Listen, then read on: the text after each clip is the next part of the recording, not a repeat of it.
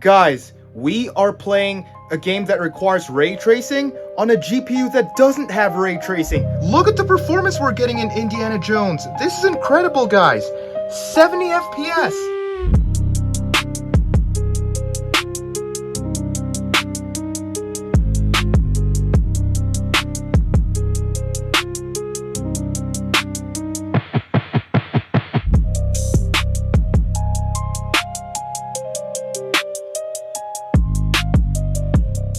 What's up guys, my name is Lance, and today we are building a $450 gaming PC right now in mid-2026. And this one's actually special because we're actually going to be dual booting both Windows 11 and Linux, and you'll see why in a second. So this video needs no introduction. As you guys know, right now is the worst time to build a gaming PC because AI is driving these RAM and SSD prices crazy.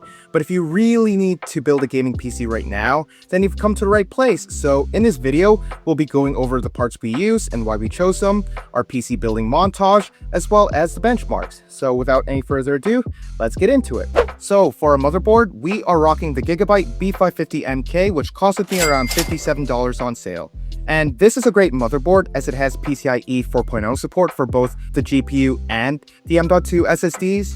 And this will pair very nicely with our Ryzen 5 5500F over here, which costed me around $83 US. So the Ryzen 5 5500 is a 6-core and 12-thread CPU with a base clock of 3.6 GHz. This is one of the best CPUs you can buy at this $80 price point. But if you want to upgrade to a better CPU down the line, to let's say like Ryzen 7 5800X3E, then you have the option with this motherboard. But still, the Ryzen 5 5500 is one of the best CPUs you can buy, and I'd highly recommend it for $80. Up next, we have the Darkflash White case, which costed me $45 on sale, and this case is great as it comes with the trendy fish tank design and should fit our components very nicely. And we are going with a white PC build today, and it comes with three 240mm fans. For the power supply, I chose to go with a Thermaltake Smart 500 watt power supply, which is 80 plus certified. So I've used this in several builds in the past and it served me quite well, and 500 watts should be more than enough for what we need. And for RAM, which actually I had to do a lot of deal hunting for this on Facebook Marketplace. Like inside this Motorola case, I decided to go with a 2x8 GB stick, which is actually laptop to desktop converted RAM. So this is 16 GB of 2666 MHz RAM, and I got this on Facebook Marketplace for around $60 US. I know, it's not the best, and I would strongly recommend spending the extra $15 to $20 to get 3200 MHz, but since we're trying to keep the build below $450, we had to settle for less. So still, I would spend the extra $15 and just going with 3200 MHz. But still, we're gonna be overclocking the RAM, so it shouldn't be too big of a problem. And for the SSD, I'm actually gonna be using the same one we used in our $300 build. So this is a 480 GB SSD, which costed me around $45. And lastly, for the part you've all been waiting for, the graphics card. So this here is the RX 5700 XT, which costed me around $130. Now, the RX 5700 XT is one of the best GPUs you can buy at this price point, as it offers comfortable 1080p performance at medium to low settings. However, it doesn't have ray tracing and mesh shaders, so a few games that require that actually will not launch, like Indiana Jones for example. Except one thing. It won't work on Windows, but Linux will do. And if you want to see videos on how to dual boot Windows and Linux, then you can check out the two videos I've included in the description below. One thing I forgot to mention is that since our PC case doesn't have its own dedicated fan hub, we had to buy a SATA to ARGB adapter to make sure that our fans light up, and it only costed us $4 US. Alright, so that's all our parts, and now, let's get into the building montage.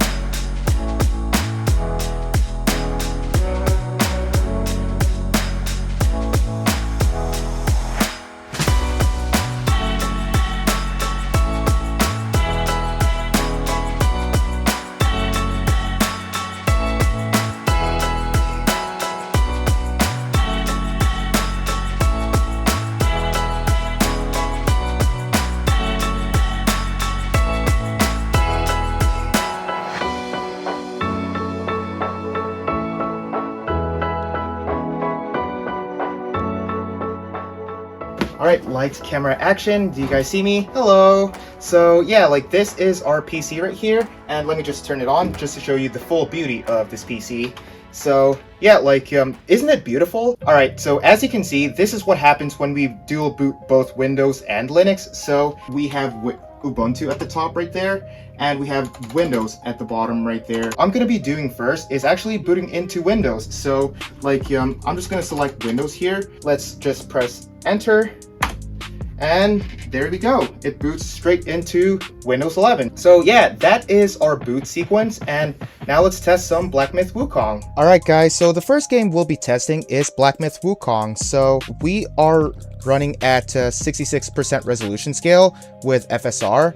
And we are using the medium settings preset, as you can see right here. So one thing to keep in mind is that we actually undervolted our GPU. We downgraded our frequency to 1800 megahertz, while our voltage went down to 950 millivolts. And we were also able to overclock our CPU to 4.25 gigahertz, as you can see right there. Not only that, we overclocked our RAM to 3000 megahertz, so we'll see like the full potential of this system. And as you can see here, the performance we're getting is pretty decent. We're getting around 50 to 70 FPS. Alright, so our average frame rate was 65 and our minimum was 43, so this is definitely a pretty good experience. So yeah, on to the next game. Alright guys, so the next game we're going to be playing is actually 007 First Light, where we're going to be playing as James Bond. We are running at 1080p resolution, and we are using quality FSR, as you can see right here, and everything is at medium across the board. So right around this camp area, we're getting around 60 to 70 FPS. What's going on? Oh dear, someone's caused ruckus here. So our average frame rate is at 70 right now, and our 1% low is at 55, and our 0.1% low is at 49. Alright guys, so we just finished benchmarking 007. So what I'm going to do now is actually restart Windows and boot into Linux. So the Linux distro I use is Ubuntu, but I highly recommend other distros like Arch Linux, for example. So I'm just going to restart my PC. And we have Windows Boot Manager there, like you saw earlier. So we have Ubuntu right here. So now let's click enter, and it will boot into Ubuntu. And there we go. And let me just show you that we are indeed running it. So this is Ubuntu 26.04, and here is our CPU and our RX 5700 XT, just to confirm. Now, we are running with the Hero Games Launcher, and we are actually testing Indiana Jones in the Great Circle. This game requires ray tracing, and if you use Windows, it definitely won't run. But thanks to Linux, we're able to play this game because of emulated ray tracing. So going over the settings real quick, we are running at 1080p native, and we are using low to medium settings just to stay below the 8GB limit.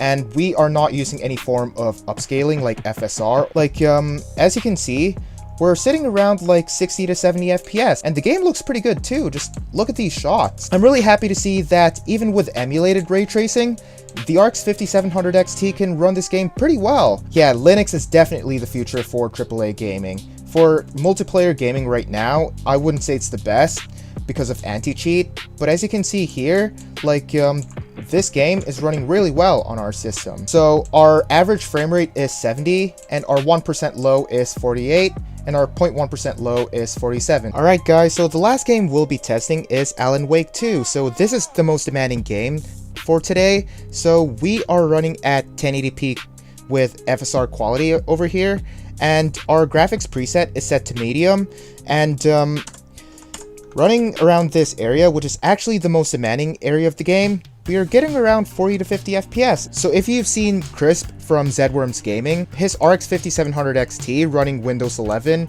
was getting around 30 to 40 FPS with some drops to the high 20s. And here, we're actually getting over 40 to 50 FPS, and this is really good to see, considering how this game requires mesh shaders. So our average frame rate is 50, our 1% low is 41, and our 0.1% low is 32. I'd call this playable. If you want 60 FPS, you can definitely do so with low settings. So now that we're done with benchmarking, let's head into the conclusions. Alright guys, so you've seen the benchmarks, and they're pretty good, hey? So overall, for $450, I'm pretty happy with what we got. So the RX 5700 XT is definitely one of the best GPUs you can buy at that price point, and it doesn't even have ray tracing or mesh shaders. But in the last 2 games we tested, it performed really well with emulated ray tracing. Like, I am generally surprised. So this goes to show how Linux is definitely the future for gaming, and our Ryzen 5 5500 also held its health pretty well, so it wasn't too much of a CPU bottleneck. So would I recommend this system for $450? Absolutely! So it's a solid, one-of-a-kind PC that not only runs great, but looks great too. So if I were to upgrade this PC in the future, the first thing I would do is upgrade the power supply to a better quality one, so you can upgrade to a better GPU like an RX 9070 XT for example. I would also upgrade the RAM to 32GB, which thankfully with our motherboard, you have the option to do so because of the 2 extra slots we have, because this motherboard has 4 slots. So with 16GB in our system already, you have the option to upgrade to 32GB in the future. And with dual booting Windows and Linux, you get the best of both worlds with each operating system. Anyways, that does it for this video. What are your thoughts on this PC? Let me know in the comment section below and I'll be happy to read your comment. And leave a like if you enjoyed this video, leave a dislike if you didn't, and subscribe to my channel if you haven't done so already. And until next time, I'll see you in the next video.